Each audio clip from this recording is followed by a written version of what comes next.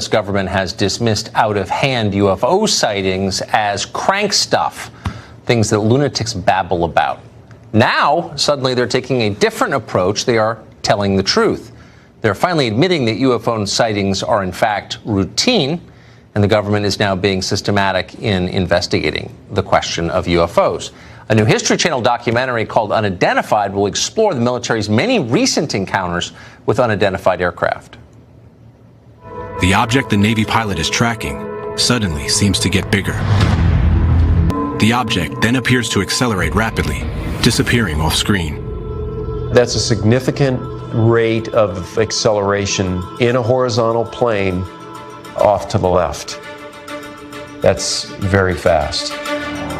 The object appears to perform a similar maneuver to what the pilots witnessed.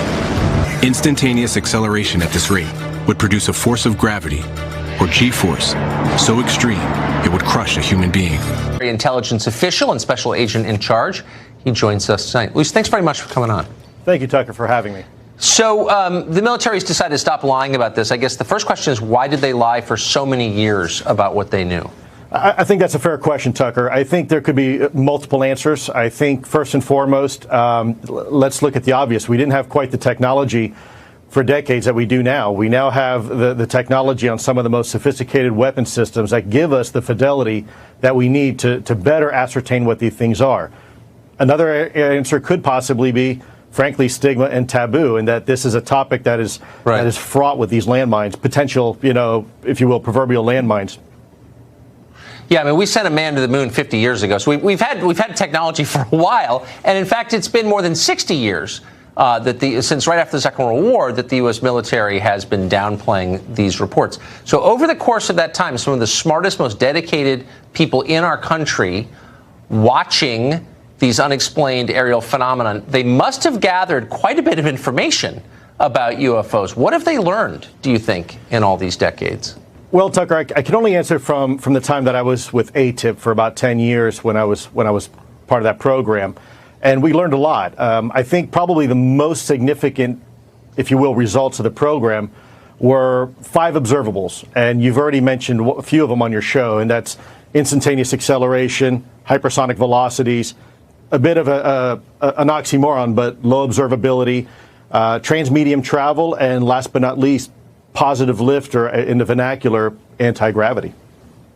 So, I mean, there have been enough sightings over a long enough period that the idea that this is a computer glitch or that these are generated somehow by radar systems, that can't be right, correct?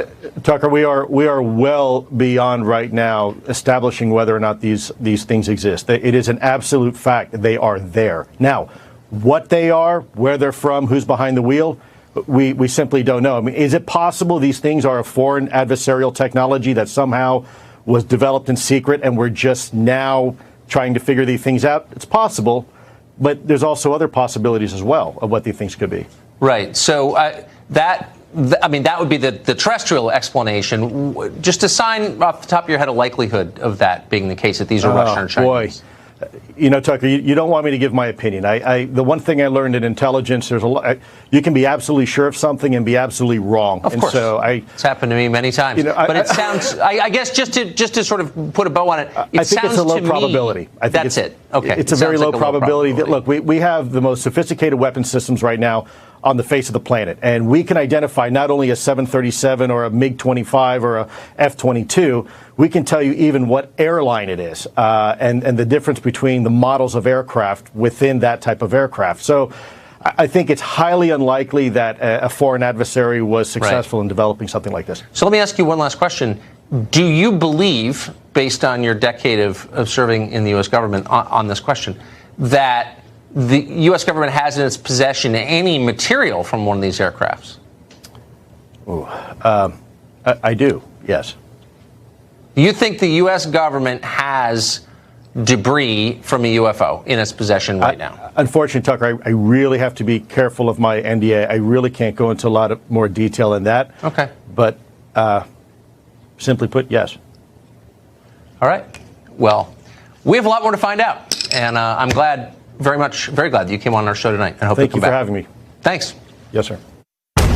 with strange objects in the sky. Those experiences are unpacked at some length in an upcoming History Channel A&E special called Unidentified. Many of these pilots have hundreds, if not several thousands flying hours. It's not in their interest to make this stuff up, because professionally it could be very damaging to them. Really no distinct wings, no distinct tail, no distinct exhaust plume. It seemed like they were aware of our presence because they would actively move around us. There are a lot of people like that. According to a recent New York Times piece, in 2014 and parts of 2015, UFOs were being spotted almost daily by the U.S. military. Almost daily. It's hard to process that information. Were you surprised to learn that? Yeah, I mean, I'm a little surprised that it's sort of coming out now, but yeah, I mean, I think it kind of speaks to a broader phenomenon that this is not as sort of like a fringe pursuit as it used to be. People aren't as embarrassed as they used to be to kind of entertain the actual possibility that we're not alone. And I mean, I think that's probably a positive development. Well, it kind of came out of nowhere. When we 2 years ago started doing shows on this subject, because I thought, I don't know, it sounded like maybe it's real, people dismissed it as crazy just 2 years ago. But if this has been sightings almost every day, why are we just finding out about it now? Well, yeah, I mean, there is sort of this groundswell, kind of like you're talking about. I mean, part of it is in the scientific community. This is not viewed as so fringe anymore. I mean, we have learned recently over the past decade that there are probably about 50 billion habitable planets just in our galaxy alone, and we have found other worlds in our solar system that actually might be habitable. So yeah, it's just sort of creeping across the entire public consciousness that this is not like a crazy thing to actually think about. Well, I haven't thought enough about it because I live in D.C. and all we talk about is Russia, but should we be concerned? Are you concerned? Do you think about this a lot? No, I mean, I'm not concerned. I'm not a conspiracy theorist. I would say I'm kind of skeptical, but I don't dismiss these just out of hand. That's not very scientific. I mean, I would think, I mean, I would think if there are alien spacecraft, I would wonder why they kind of got here on their own without being detected, like across vast gulfs of space, but then zipped around for a little while and then zoomed off. I mean, it just kind of would be weird to kind of think about what are they doing? Why did they allow themselves to be detected?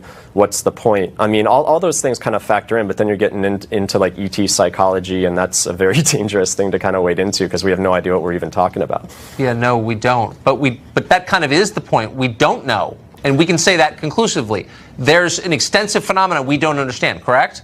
Yeah. And I mean, I think it's really important to actually keep an open mind and say, yes. I mean, it's probably instrumentation. Maybe it's like a software issue. Maybe people don't fully know what they're looking at on these infrared images of these weird objects from these fighter jet cameras. But that doesn't mean that we should totally just say there is like no way that it could be something we don't understand. And we won't, because we have an open mind on this show above all. Doctor, thank you very much.